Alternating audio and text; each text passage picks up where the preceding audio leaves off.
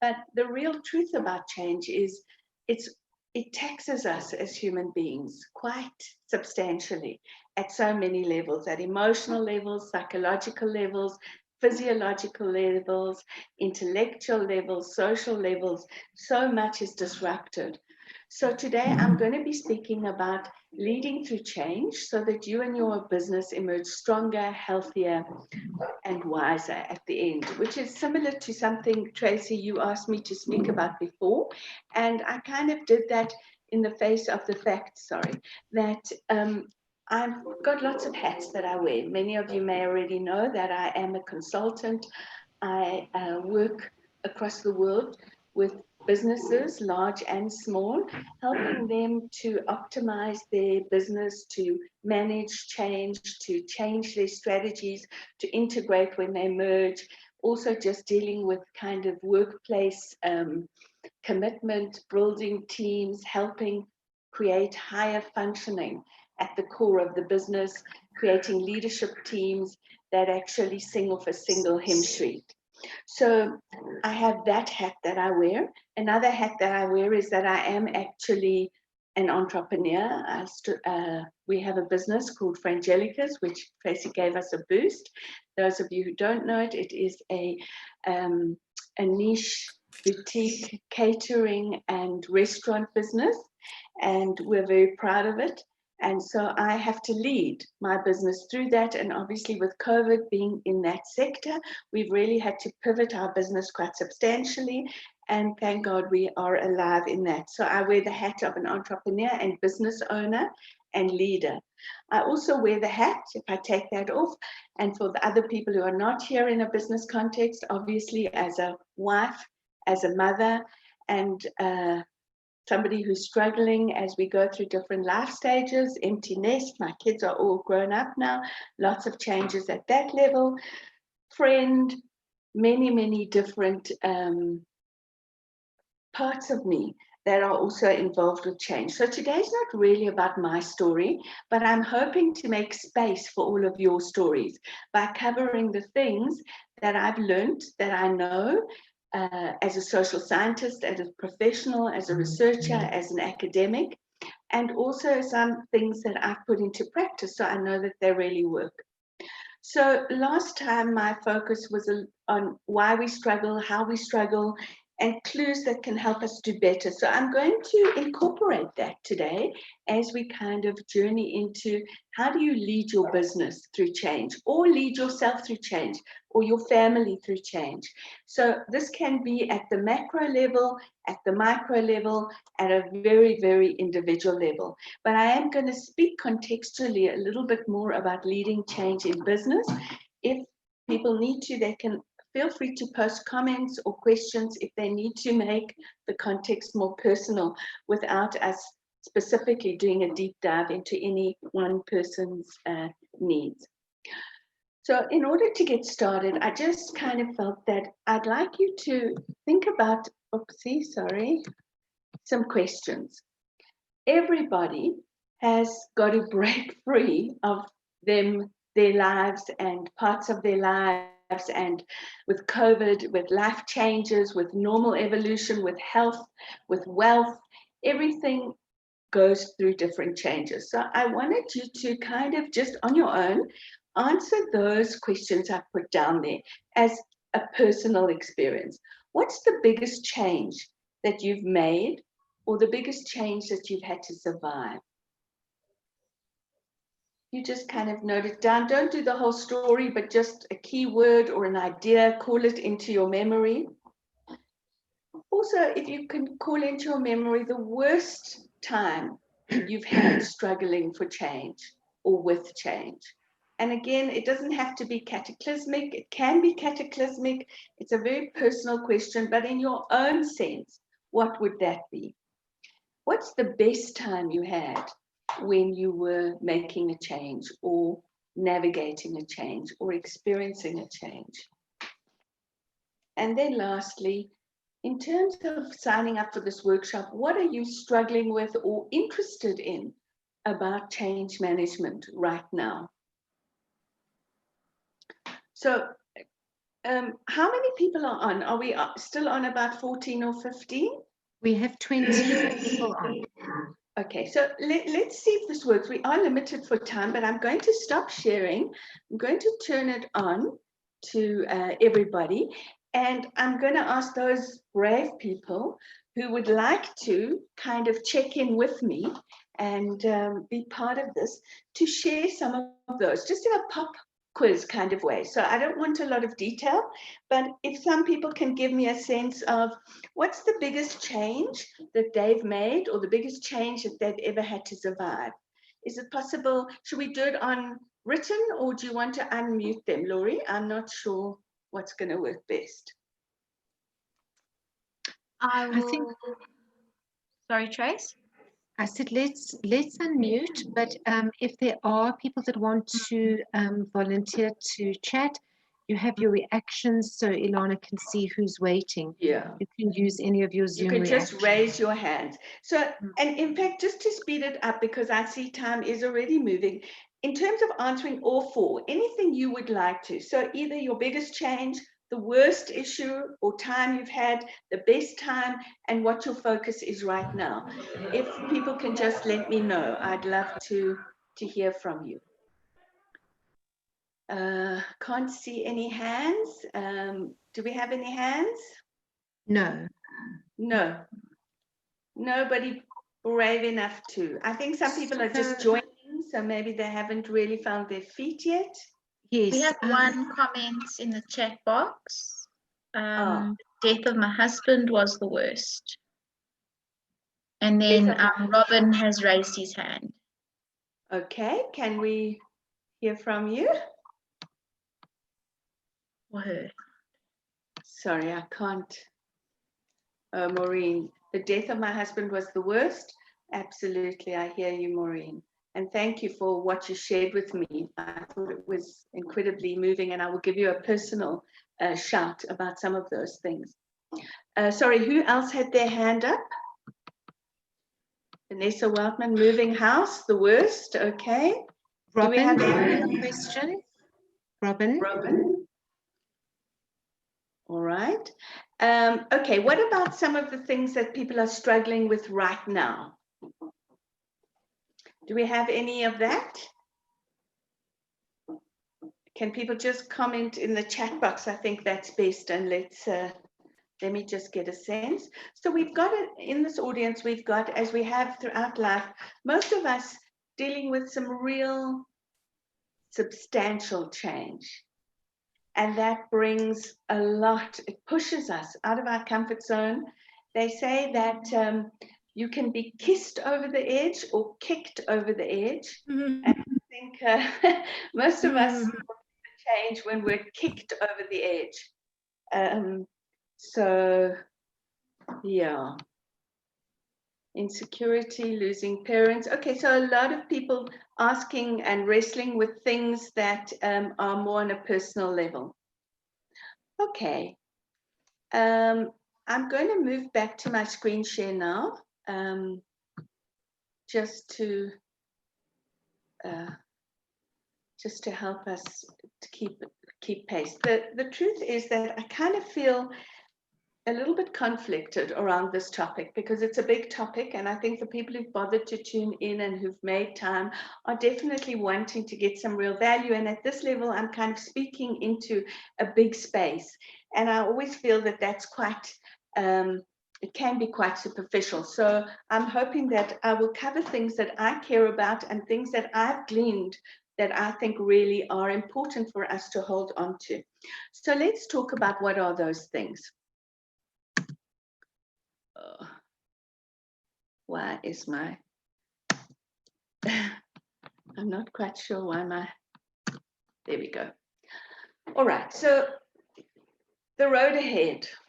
It's not a straight road.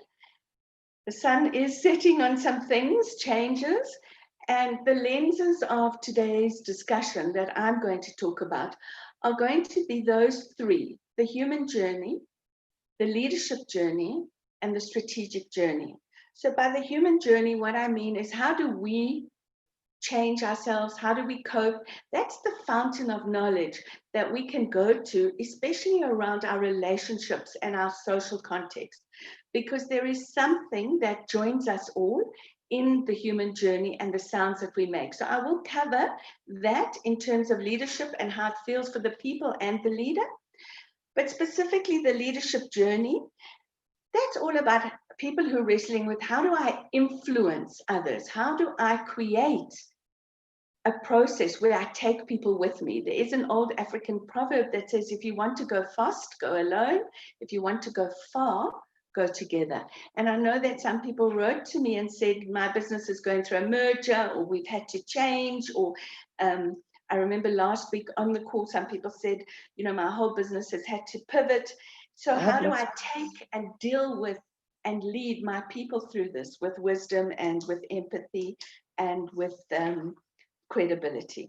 And the strategic journey. The issue about change is it's not just adopting a new outlook. It does mean recalibrating, especially if you're a business, your actual business operating model, your skills, your knowledge, your ways of working. So there's quite a lot to navigate through. So I'm going to use those three lenses, but I'm going to squash them together and talk across them. So really the issue here is change management at a personal level, leading others through it, and as a business, surviving and thriving. What to do, how to do it, and when to do it. So the change equation, research has proven that the change equation is as follows, that the potential for success of any change is actually the quality of your plan multiplied by the attitude and acceptance of the people who are going to be impacted by that plan. And that would work similarly for an individual. So for an individual, just to contextualize that, because so many people were speaking from an individual level. For instance, take empty nest. You can have, how am I going to navigate this? What's the potential for success? You can have a plan, but again, it's going to come down to your own level of acceptance and your own attitude as you engage with different dimensions of that plan. And the truth is that your plan, and so many people and so much pop psychology is putting emphasis on plans, what to do, meditate, do this, do that, recalibrate, downscale, lots and lots of plans. But what we often miss is that the potential for success is multiplied by the acceptance and attitude of either yourself or the people around you. So with that in mind, as we negotiate the road ahead in terms of managing change, the first idea I'd like to talk about is, can you manage change? Everywhere I look and every scope of business is talking about we need to manage change. As I said to you, the trick is, can you manage to change, not just manage change? But I'd like to wrestle with the idea of, can you manage change? Well, I guess change comes from two places. Some change we initiate, like in a business where you decide that you're going to acquire a certain customer or try a new product or purchase a business or merge a business, or you're going to move locations, open up to a new customer base, shift your geographic location, or like with COVID, where you're going to move everybody into their homes to work. So there is some change that you can say, okay, this is the outcome I want, and you can drive it. And other change just happens to us. Like when we lose a parent, we lose our income, we actually lose our health, or any one of those, or the truth is they don't really come out of nowhere, but sometimes we feel like they come at us out of nowhere. So here's the issue. I would say managing change is a little bit like trying to manage time. Time is an independent variable. It doesn't matter how many courses you go on, you cannot manage time. It exists outside of your control. There are, in fact, 24 hours in a day, and there are, in fact, 60 minutes in an hour, and everything is set. So many days in a year, you can't manage time. What you can manage is how you utilize time, how you prioritize work, how you make choices, how you behave around time. The same with change. You so much can't manage change, but you can manage yourself manage your behavior, manage your choices, manage yourself in the context of change. And that's one of the key principles that I'd like us to talk about when we get involved in unpacking issues. So myths and paradigms.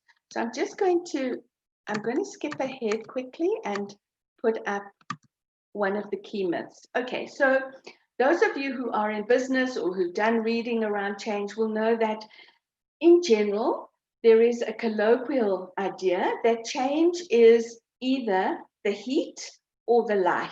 So the whip or the balloon that carries you up to a higher vision. So most change management, a myth, is all about you either have to make the pain of staying the same greater than the pain of change, that would be the whip, or you have to inspire, that would be the heat, you've got the light or the heat. So the heat is the candle that kind of gives you a big burn and you leap up, and the light is something you move towards voluntarily. The truth about human beings is that we control both of these things internally rather than externally.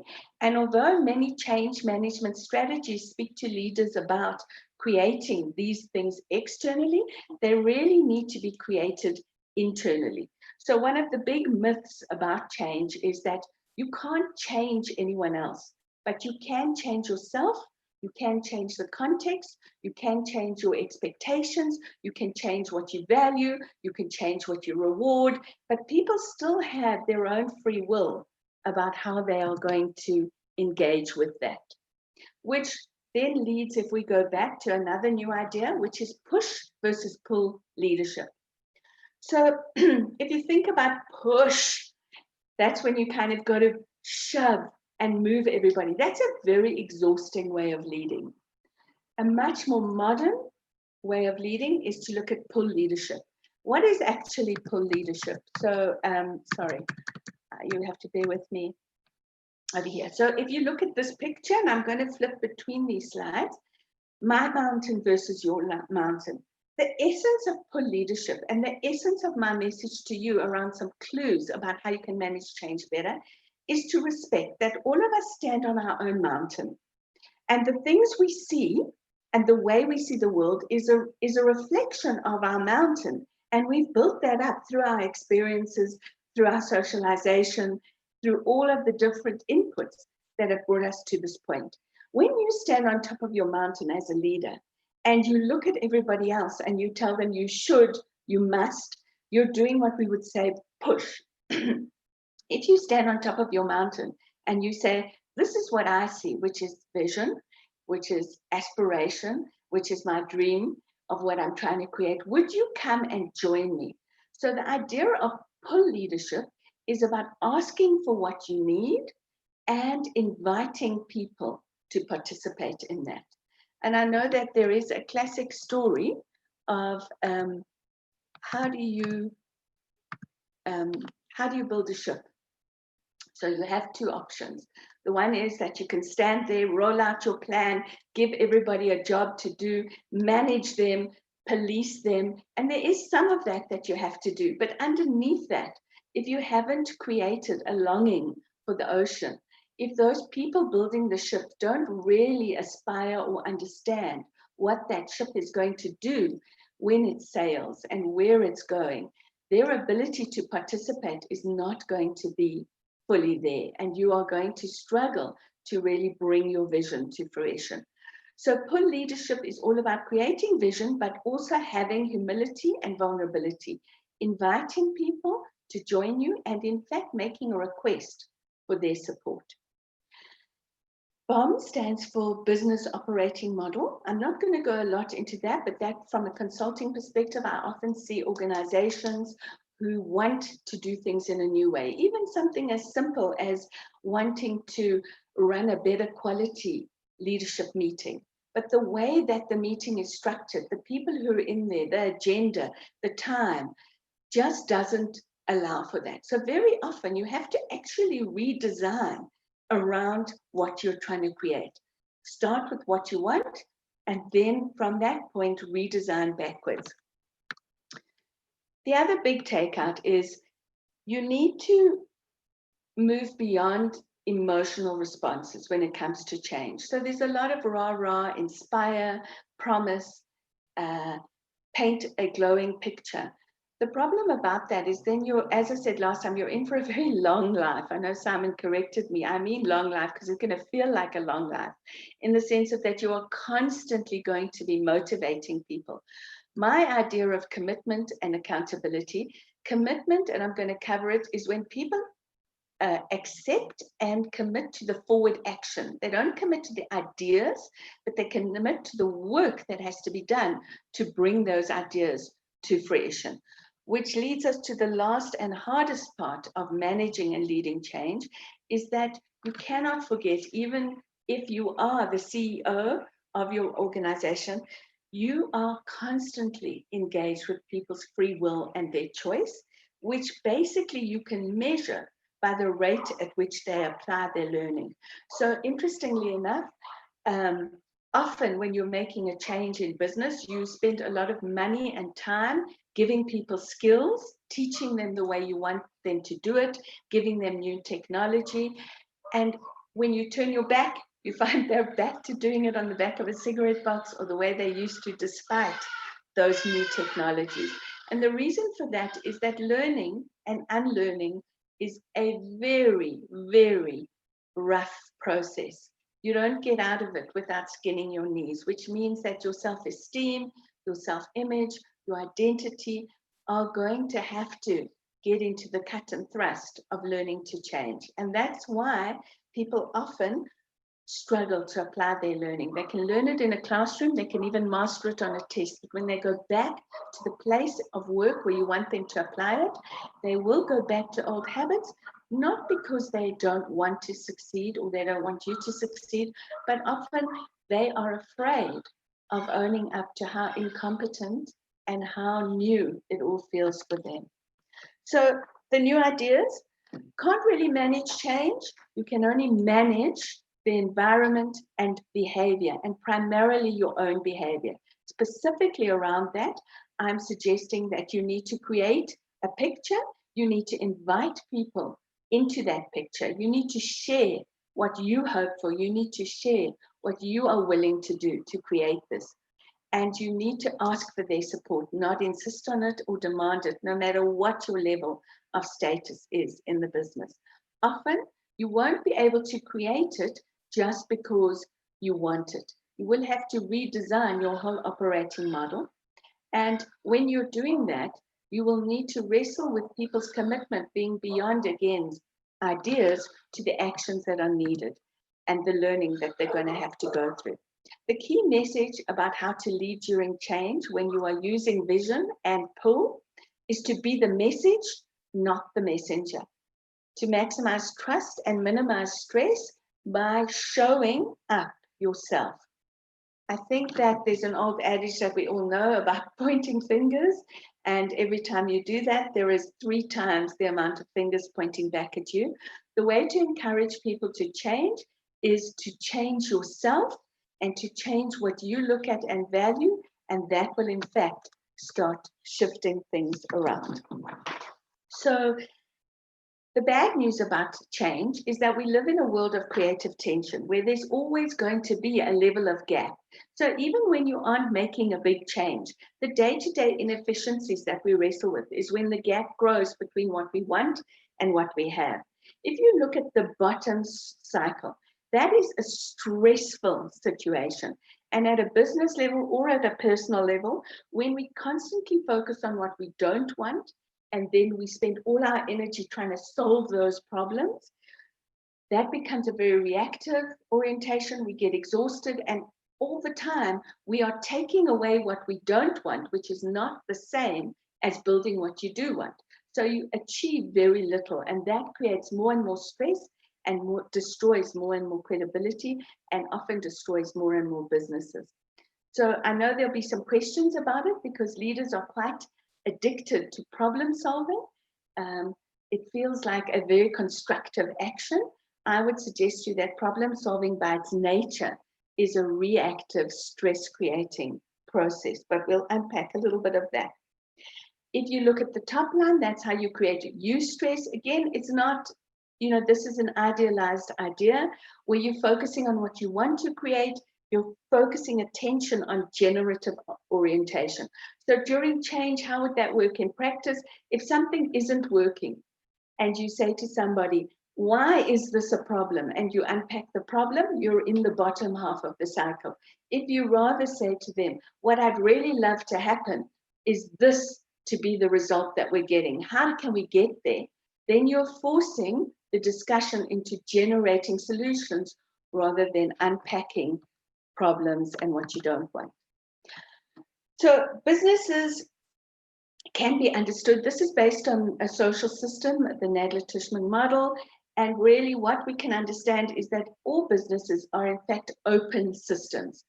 This is shown as a linear process. So that's just because my PowerPoint presentation capacity is limited, but it is in fact an open system, meaning that it is tautological and it goes round. So the inputs lead into the throughputs, lead into the outputs, lead back into the inputs.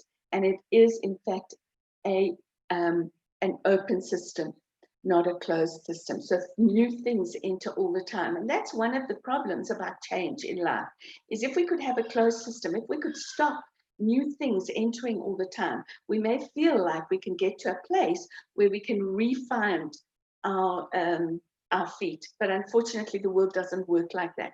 Einstein once said, to quote a famous thinker, that he would give everything to find the simplicity on this side of complexity. And he is bored with people who are finding the means to simplify without complexity.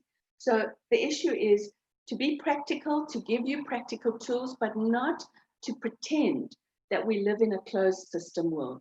So how does this work? And it's not so much a lecture of understanding it, but what I'm saying is that every business starts off, it takes inputs, which would be its people, money, investment, strategy, technology, ideas.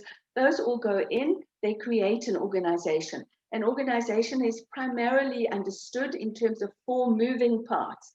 People, the actual people themselves and their skills, the tasks that you've got, in other words, the work that you want those people to do, the informal systems, which is kind of like your way of doing things, your values, your culture, and your formal systems, your procedures, your actual documented practices, and your methods that are linked often to a technology, whether it's an IT technology or a manufacturing technology or any one of those things.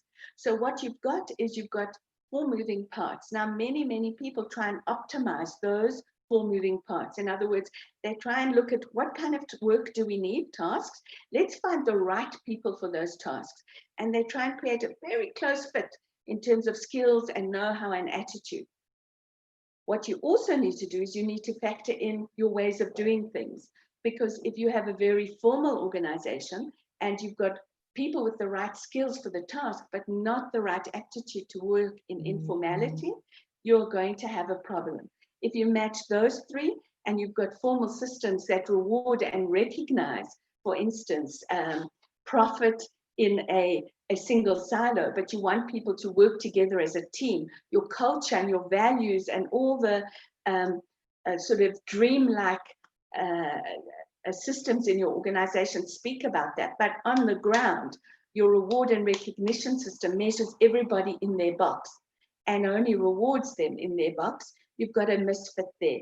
So when those 4 things are out of alignment, businesses have high levels of inefficiencies. You can make them more efficient by creating the fit, but the problem you have around change is that you need to ensure that the throughputs you design are not only good fits with each other, but in fact are good fits with your output. So you need to design a business that will produce the products and performance you're looking for, which is how the open system works. So let's take the COVID situation. All of a sudden, the products and performance in the world and the requirements change. Businesses are really efficient in terms of their throughput fit, and now everything's up in the air. All those balls are bouncing around. Also, the inputs start changing. Money gets tighter, technology gets less available, people and strategies are not working anymore. So you have a lot of what we would see as chaos. So that's how you would navigate back into that, is a webinar on its own. And obviously I do consult, and this would be an area of helping people in a more specific way that we could talk about. So we've got businesses, as I said, that have to be redesigned. We've spoken a bit about leadership, which needs to have a pull strategy rather than a push strategy, and wants to focus very, very tightly on creating creative, positive stress that's generative and gets people motivated and proactive, and not depletes them and ties them down in reactivity and blaming and shaming. So we've got all of that going on as the context of change. We've also got a world in which leaders and people and ourselves are always told, you've got to learn to manage time, you've got to learn to manage change. So we feel like we're supposed to have a whole lot of skill sets that we don't really have a handle on. And we keep looking for that magic bullet, that magic skill set that's going to help us manage time or manage change. And in fact, it is a complex array of multiple strengths, muscles, just like in your body, that you have to build in terms of emotional intelligence, relationship intelligence, business intelligence, entrepreneurship. And it is something that you have to stay open to. But it is totally doable. You just need to understand it properly and engage with it in a, I would say, open-hearted and fearless way. So let's talk a little bit about how people do engage with it. These are the sounds, and I told you this is based on the work of Elizabeth Kubler-Ross. She put up 4 phases that humans journey through when they are going through change. Again, it is not a linear process that you move from the one to the other and in a forward motion always. It's a bit messy. We can go backwards and forwards and make a little dance as we do it. But just to understand, the 4 phases are denial, resistance, exploration, and commitment. That strong word that I used in the beginning, which often comes down to your ability to create a sustainable change. So what is denial? Everything starts with denial.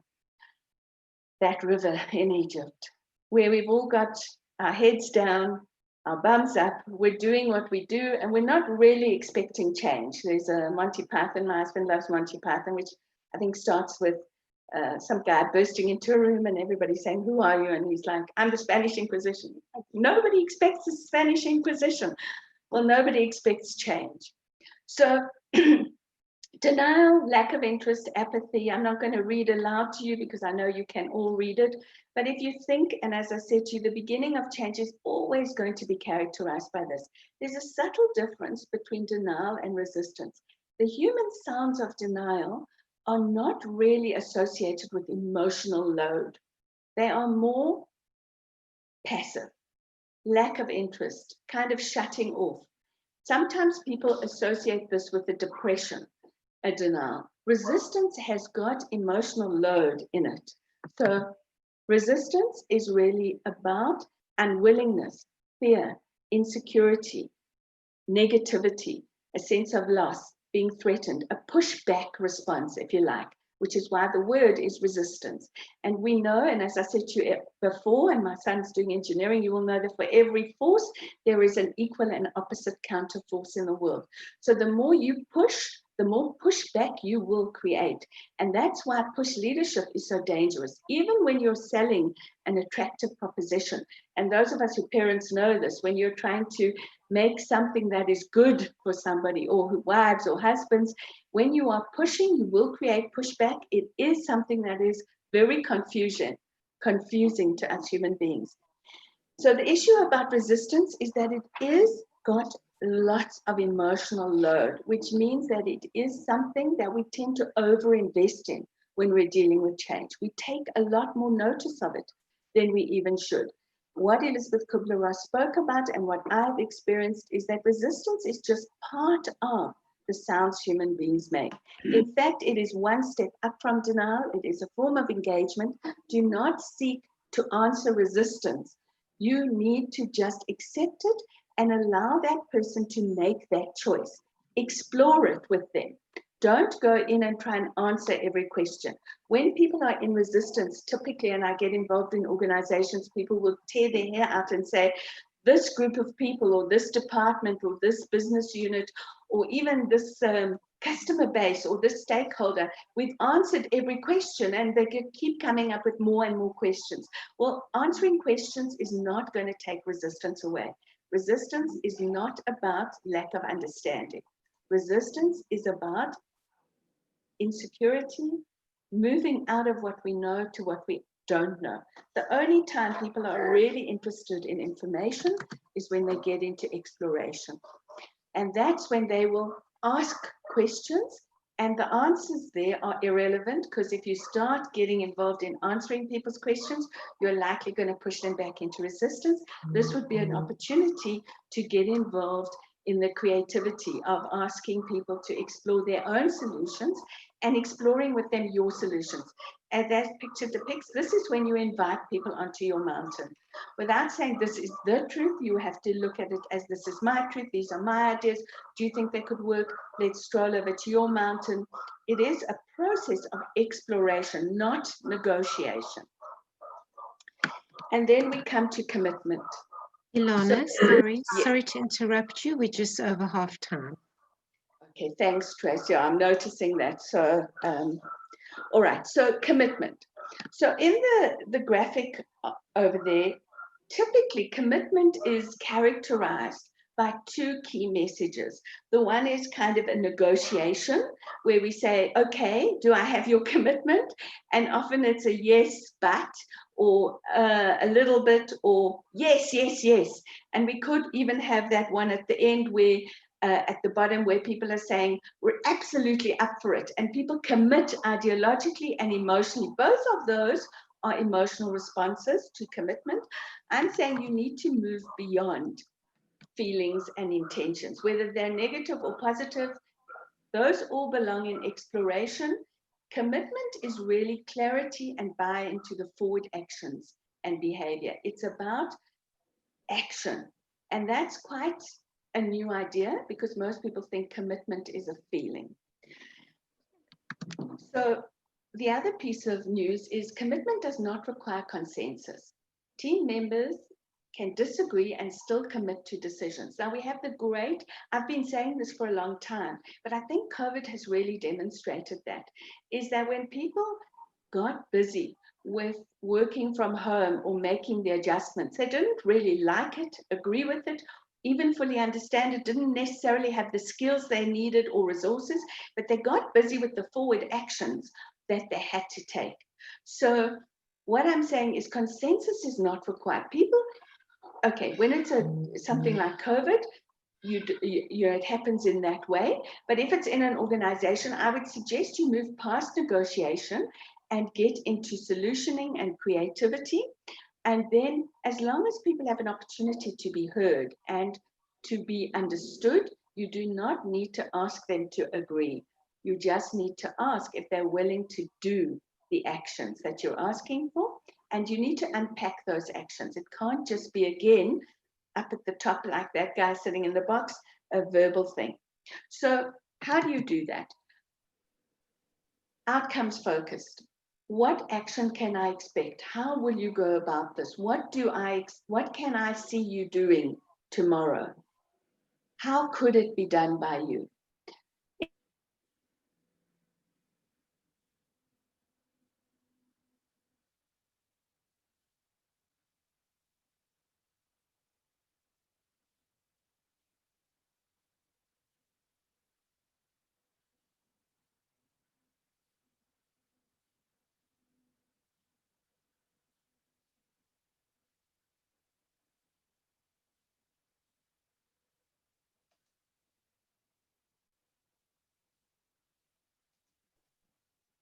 Hello.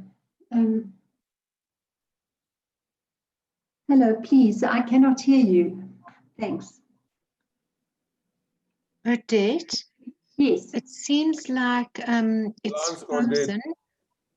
I'm thinking it's Ilana. load shedding. I'm trying to just ask Laurie. Laura? Sorry. Yes, I think it's Ilana's power. Oh, shame. Must Sorry. be. Let me Oh, no, phone her. just give me Oh, you- 1 minute. Okay, you're gonna phone her. Thank you.